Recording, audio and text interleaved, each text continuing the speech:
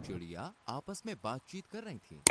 मीनू मौसी, जंगल में 3 दिन से लगातार बारिश हो रही है और तो इस बारिश को बंद हो जाना चाहिए। तुम सही कह रही हो रानू।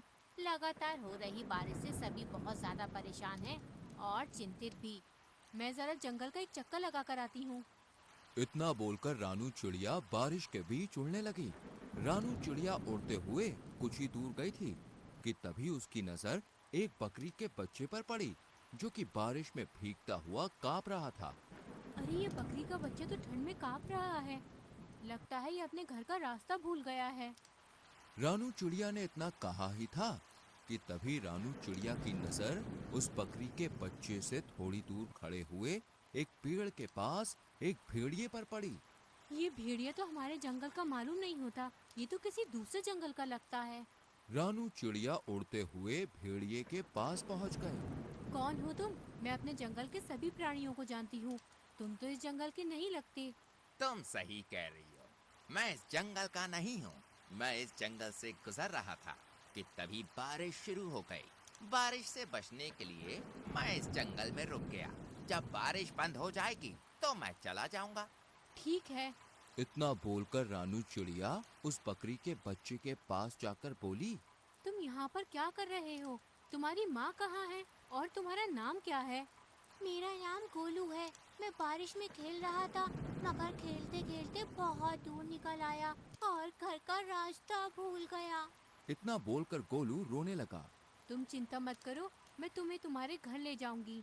मेरी माँ मना कर रही थी, लेकिन मैंने उनकी बात नहीं मानी। तुम्हें अपनी माँ की बात माननी चाहिए थी। चलो मेरे साथ। रानू चिड़िया गोलू को लेकर कुछ ही दूर चली थी कि तभी गोलू की माँ गोलू को ढूंढते हुए वहां पर आ गई। तुम कहाँ चले गए थे गोलू? तुम्हें पता है मैं कितनी परेशान हो गई थी। अपनी माँ को देखकर गोलू खुश होते हुए बोला। मैं आपकी अब हमेशा बात मानूंगा माँ।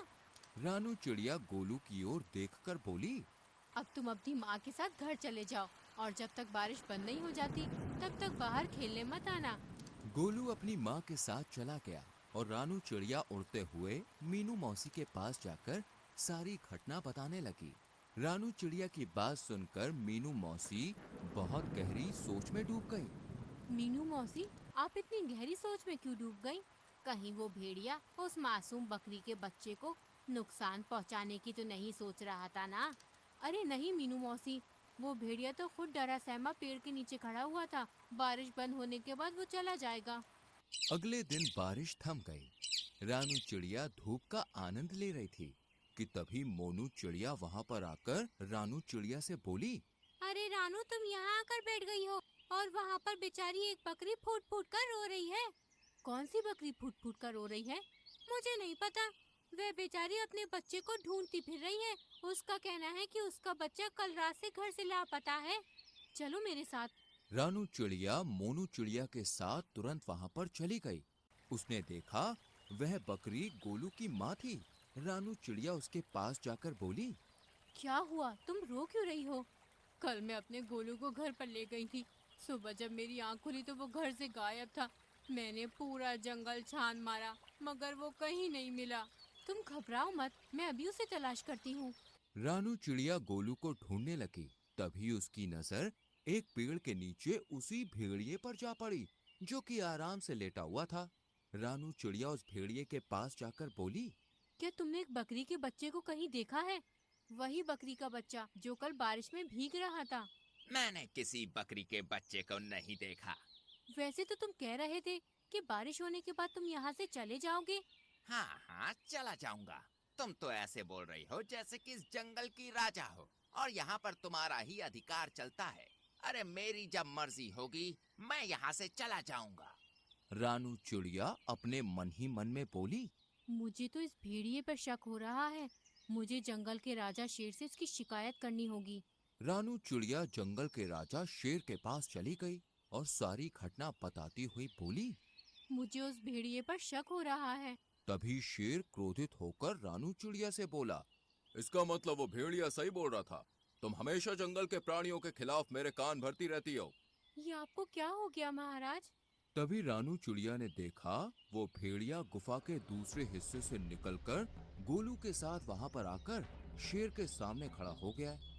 रानू चिड़िया हैरत से इस दृश्य को देखने लगी। महाराज, जब मुझे पता चला कि ये बकरी का बच्चा कल से गायब है, तो मैं जंगल में उसकी तलाश के लिए निकल गया।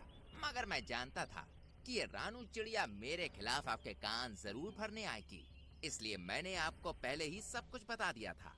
महाराज, इस रानू चिड़िया के कारण ही दूसरे जंगल का कोई भी प्राणी आपके जंगल में नहीं आता। शेर रानू चिड़िया की ओर देखकर बोला, और तुम कह रही थी कि इस भेड़िए ने बेचारी बकरी के बच्चे को मार डाला, मगर ये तुम्हारे आने से पहले ही इसे यहाँ सही सलामत ले आया। तुम्हें अब सजा मिलेगी, तुम्हें जेल में डाल दिया जाएगा।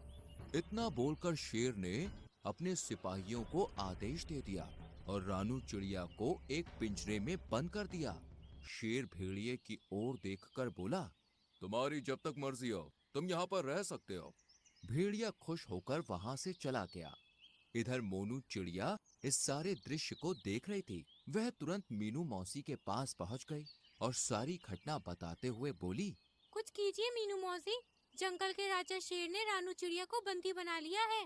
मीनू मौसी गहरी सोच में डूबते हुए बोली, जब रानू चिड़िया ने मुझे बताया था कि वो भेड़िया एक पेड़ के नीचे खड़ा हुआ उस बकरी के बच्चे को देख रहा था, मुझे तभी कुछ न कुछ गड़बड़ लग रही थी। जो भी हो, लेकिन आप कुछ भी करके रानू चिड़िया को उस पिंजरे से बाहर निकालिए। चिंता मत करो मोनू, हम दोनों को अभी फिलहाल कुछ नहीं करना। हमें सिर्फ उस भेड़िए पर गहरी नजर रखनी होगी।